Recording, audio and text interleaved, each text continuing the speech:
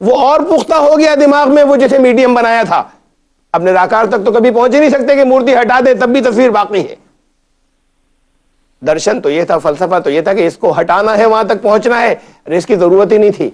جب خدا کی بنائی ہوئی دیوکرت مورتی کو جب انسان نے اپنے ہاتھوں کی بنائی ہوئی مورتی کے آگے جھکایا تو اس کا مان سمان گھٹ گیا، اس کی عزت گھٹ گئی، یہ چھوٹی ہو گئی۔ اللہ نے، ایشور نے اس کو بڑا بنایا تھا، آدرنیہ بنایا تھا، اور دوسری سرشٹیوں کے مقابلے میں اس کی عزت، اس کا مان زیادہ رکھا تھا۔ اس پہ غور کریں اور اسے سوچیں۔ سناتن دھرم بھائی، دھرم تو ایک ہی رہا ہمیشہ سے، اور یہ وہی دھرم ہے، کوئی نئی بات نہیں ہے، جسے پیغمبر محمد صلی اللہ علیہ وسلم نے آنے کے بعد بتایا اور زندہ کیا۔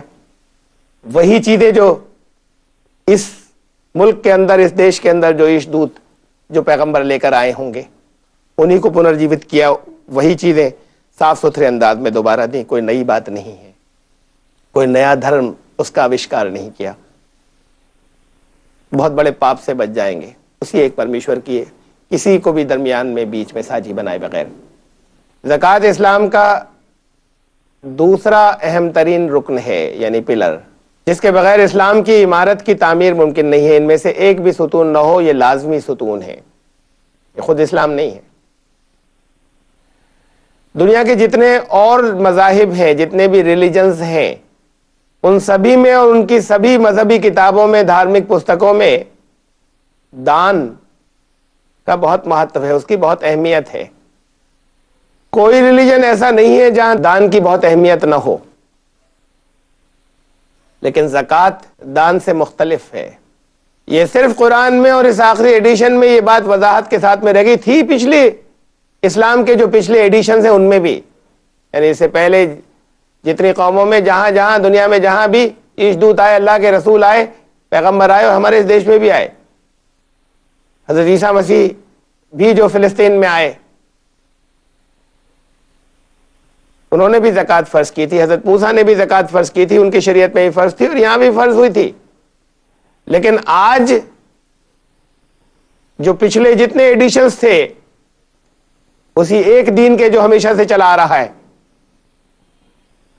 ان میں پچھلے ایڈیشنز کے اندر دھول اور بھول شامل ہو گئی۔ صرف قرآن، جس کے اندر کوئی تبدیلی اور ترمیم نہیں ہوئی، وہ وضاحت کے ساتھ میں یہ بات کہتا ہے کہ زکوٰۃ آپشنل نہیں ہوگی، کمپلسری دینا ہے، خالی دان کی اہمیت کی بات نہیں ہے۔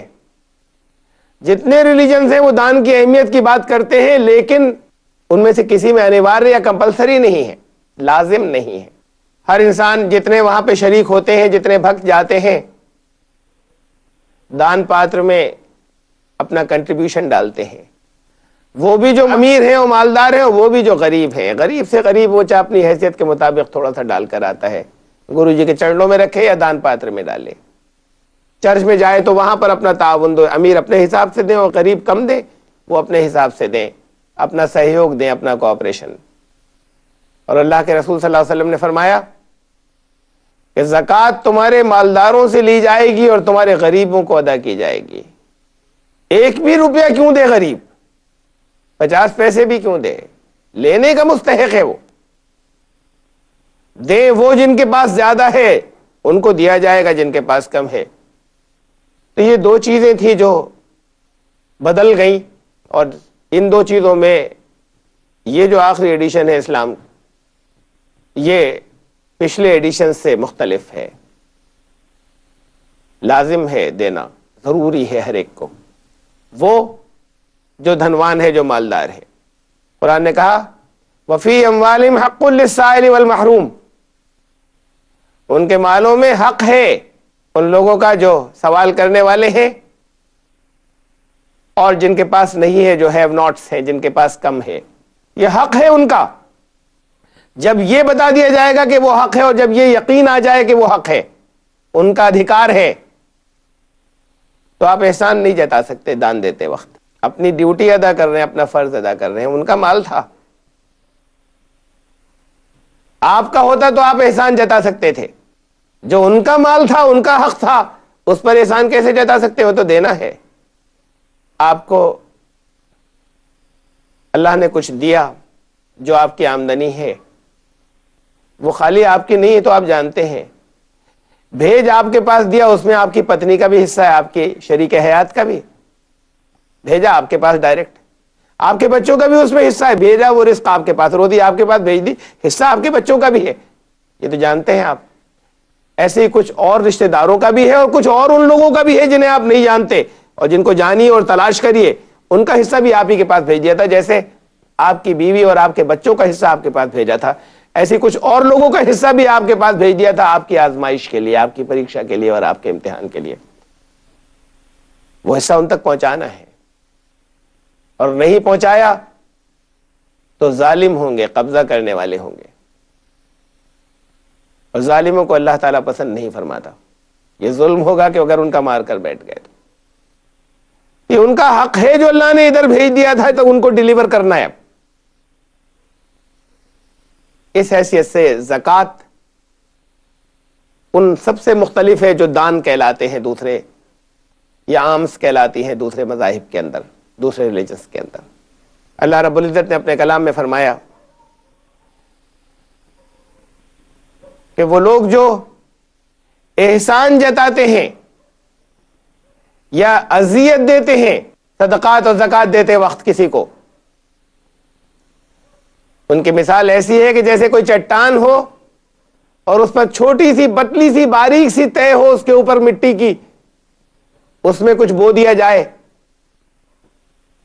پودے اگے اور ایک تیز بارش اس سب کو بہا کر لے جائے اور پھر ننگی چٹان رہ جائے۔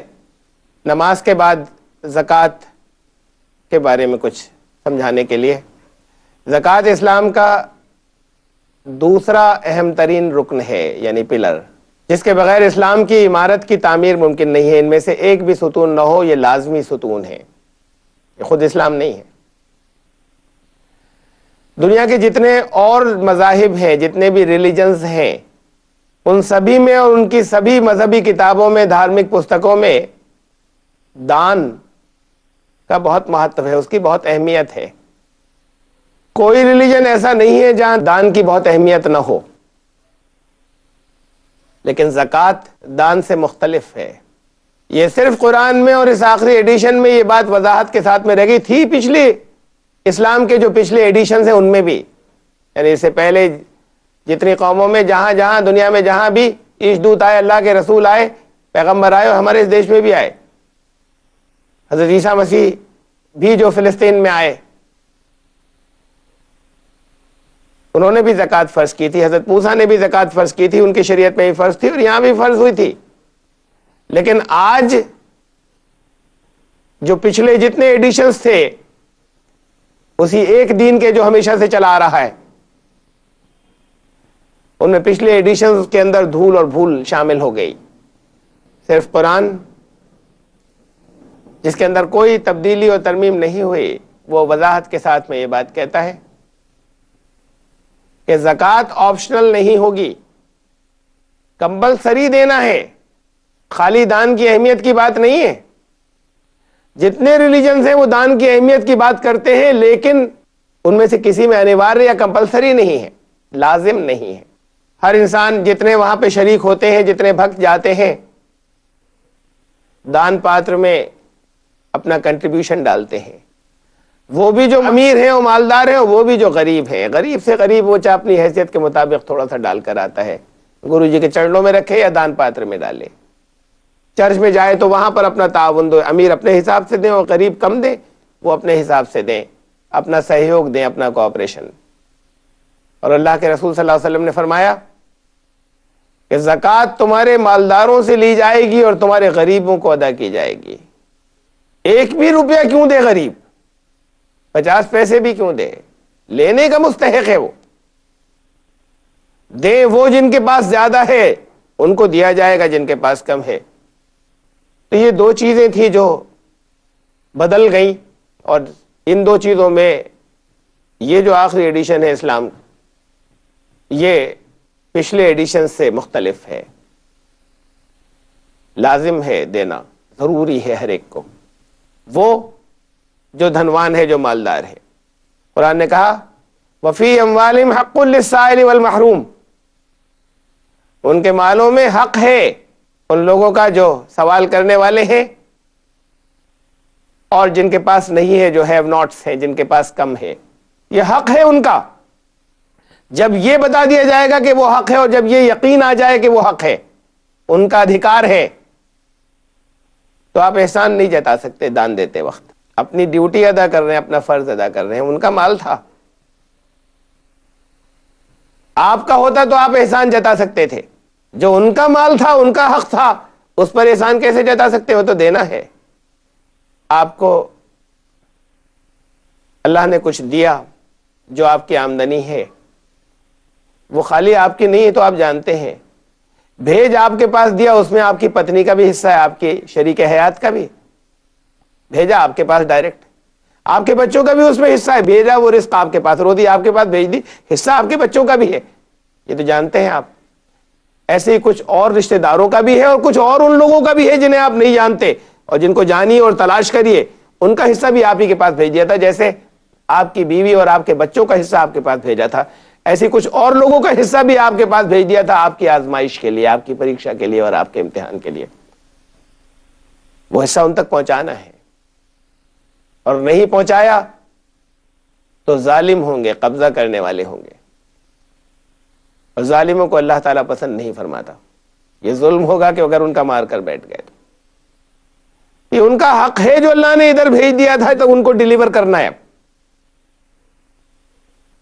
اس حیثیت سے زکوٰۃ ان سب سے مختلف ہے جو دان کہلاتے ہیں دوسرے، یا عامس کہلاتی ہیں دوسرے مذاہب کے اندر، دوسرے ریلیجنس کے اندر۔ اللہ رب العزت نے اپنے کلام میں فرمایا کہ وہ لوگ جو احسان جتاتے ہیں یا اذیت دیتے ہیں صدقات اور زکوٰۃ دیتے وقت کسی کو، ان کی مثال ایسی ہے کہ جیسے کوئی چٹان ہو اور اس پر چھوٹی سی پتلی سی باریک سی تہ ہو، اس کے اوپر مٹی کی، اس میں کچھ بو دیا جائے، پودے اگے اور ایک تیز بارش اس سب کو بہا کر لے جائے اور پھر ننگی چٹان رہ جائے، ساری کمائی گئی۔ تو اگر دینے کے بعد کسی کو احسان جتایا یا تکلیف دی کچھ، تو اس میں سے کچھ بھی قابل قبول نہیں۔ یعنی ان کی ضرورتیں جن کے پاس کم ہے، ضرورتیں پوری ہوں اور سیلف ریسپیکٹ کے ساتھ میں ہوں، ان کی عزت کے ساتھ میں ہوں۔ لوگ دان پن کرتے ہیں لیکن نام بہت کماتے ہیں۔ یہ نام کا کمانا جو ہے وہ منع ہے، سارے اجر کو اور سارے ثواب کو ضائع کر دیتا ہے۔ یہ زکوٰۃ ہے۔ میرا یہ مقام نہیں ہے، میرا یہ اسٹیٹس نہیں ہے کہ میں فیصلہ کر سکوں، لیکن ایک مشورہ ضروری ہے دینا۔ اللہ کے رسول صلی اللہ علیہ وسلم نے وہ لمٹ مقرر جو کی تھی کہ کون مالدار ہے، یعنی کون دیں گے اور کون لیں گے، کون غریب ہیں، تو وہ لمٹ جو مقرر کی تھی وہ یہ کی تھی کہ جس کے پاس کیپٹل اتنا ہو کہ 52.5 تولہ چاندی یا 7.5 تولہ سونا ہو، اسے زکوٰۃ دینے کی غرض سے مالدار مانا جائے گا، یعنی وہ زکوٰۃ ادا کرے گا۔ اور جن کے پاس اتنا نہ ہو کیپٹل، ملکیت، ان کو زکوٰۃ دی جائے گی۔ اس دور میں 7.5 تولہ سونا اور 52.5 تولہ چاندی کی ویلیو برابر تھی۔ کرنسی چاندی میں بھی ہوتی تھی اور کرنسی سونے میں بھی ہوتی تھی۔ ڈائریکٹ چاندی کے سکے ہوتے تھے اور ڈائریکٹ سونے کے سکے ہوتے تھے۔ وقت بدلا، سونا تو اس دور سے لے کے آج تک اسٹیبل رہا، یعنی زکوٰۃ، اس کا اندازہ اس سے لگائیں کہ زکوٰۃ مقرر کی تھی اونٹوں پر کہ کسی کے پاس اگر 5 اونٹ ہو جائیں تو اسے زکوٰۃ دینی ہوگی، کسی کے پاس اگر 40 بکریاں ہو تو زکوٰۃ دینی ہوگی، کسی کے پاس اگر 30 گائیں ہو تو زکوٰۃ دینی ہوگی، کسی کے پاس 7.5 تولہ سونے کی ملکیت ہو تو زکوٰۃ دینی ہوگی، اور 52.5 تولہ چاندی کی ملکیت ہو تو زکوٰۃ دینی ہوگی۔ ان سب کی قیمت لگ بھگ برابر تھی آپس میں۔ آج بھی 7.5 تولہ سونے کی قیمت لگ بھگ 5 اونٹوں کی قیمت کے برابر ہے، لگ بھگ 40 بکریوں کی قیمت کے برابر ہے، لگ بھگ 30 گایوں کی قیمت کے برابر ہے۔ یعنی ہر دور میں یہی رہا جب سے لے کے آج تک۔ لیکن چاندی کی ویلیو گر گئی۔ 52.5 تولہ چاندی آج کی قیمت کے حساب سے 9,200 روپے کی ہوتی ہے، اور 7.5 تولہ سونا لگ بھگ 95,000 کا ہے، 10 گنے سے زیادہ کا فرق ہے۔ تب کسی کے پاس 52.5 تولہ چاندی ہو جس کی ویلویشن سمجھ لیجئے کہ 9,000 روپے، 9,000 بھر کی جس کے پاس ملکیت ہو وہ غریب آدمی کی ہوتا ہے آج۔ پھر بات وہی ہو جائے گی کہ غریب سے لینا شروع کر دیں گے، اور ایک شخص کے پاس تو 52.5 تولہ چاندی ہے، مان لیا، سونا نہیں ہے، یعنی تقریباً 9,000 کی ملکیت، اور کسی اور کے پاس 7.5 تولہ سونا نہیں ہوا بلکہ 7 تولہ سونا ہے، کہ 92,000 نہیں بلکہ 85,000، تو وہ زکوٰۃ نہیں دے گا۔ اسلام ایسے فیصلے نہیں کر سکتا۔ ایک بات اور بہت اہم ہے کہ پہلے تو وہ کرنسی سونے یا ڈائریکٹ سونے یا چاندی میں ہوتی تھی، لیکن آج سونے اور چاندی میں نہیں ہوتی، وہ کرنسی کا معیار سونا بن گیا، صرف گولڈ۔ پوری دنیا کے اندر کرنسی کا معیار گولڈ بن گیا ہے، جو کاغذ کے روپے ان کے بدلے کا سونا ہوتا ہے ریزرو بینک میں۔ تو اب چاندی کرنسی کا معیار نہیں رہی۔ میرے علماء سے اپنے اپیل ہے، اور یہ میں کوئی اپنی طرف سے اپنی رائے بھی نہیں دے رہا، بہت سے فقہا اور علماء نے یہ واضح کیا ہے کہ اب چاندی نصاب میں نہیں رہے گی۔ شیخ یوسف القرضاوی نے اپنی کتاب فقہ الزکوٰۃ میں بھی یہ لکھا ہے۔ یہ غور کرنے کی ضرورت ہے کہ ان لوگوں سے ہم غریب سے نہ لیں، تو پھر وہ معیار جس کے پاس ملکیت 10,000 بھر کی ہوگی، 10,000 روپے بھر کی، تو غریب ہوتا ہے۔ غریبوں کو زکوٰۃ نہ دینی پڑے، مالداروں سے لی جائے اور غریبوں کو، غربا کو دی جائے۔ یہ زکوٰۃ بھی حقوق العباد، اللہ کے بندوں کے حق ادا کرنا، اور اللہ مال کی محبت دل میں سے نکل جانے کے بعد اللہ سے محبت باقی رکھنا۔ زکوٰۃ جو لوگ ادا نہیں کرتے، قرآن نے انہیں مشرکین تک کہا ہے، فَوَيْلٌ لِّلْمُشْرِكِينَ الَّذِينَ لَا يُؤْتُونَ الزَّكَاةَ، خرابی ہے، بڑی برائی ہے ان مشرکین کے لیے جو زکوٰۃ ادا نہیں کرتے، یعنی مال کو خدا سمجھے ہوئے اپنے، خدا کے ساتھ میں خدائی میں شریک کر رہے ہیں۔ تو حاضرین، یہ وقت اس ایپیسوڈ کا ختم ہو گیا۔ انشاءاللہ آئندہ پھر دوبارہ اس موضوع کے ساتھ میں حاضر ہوں گا۔ جو بقیہ 2 ارکان روزہ اور حج رہ گئے ہیں، ان کے بارے میں یہ سمجھانے کے لیے کہ کیسے وہ بھی انسانیت کے لیے رحمت ہیں۔ السلام علیکم ورحمۃ اللہ۔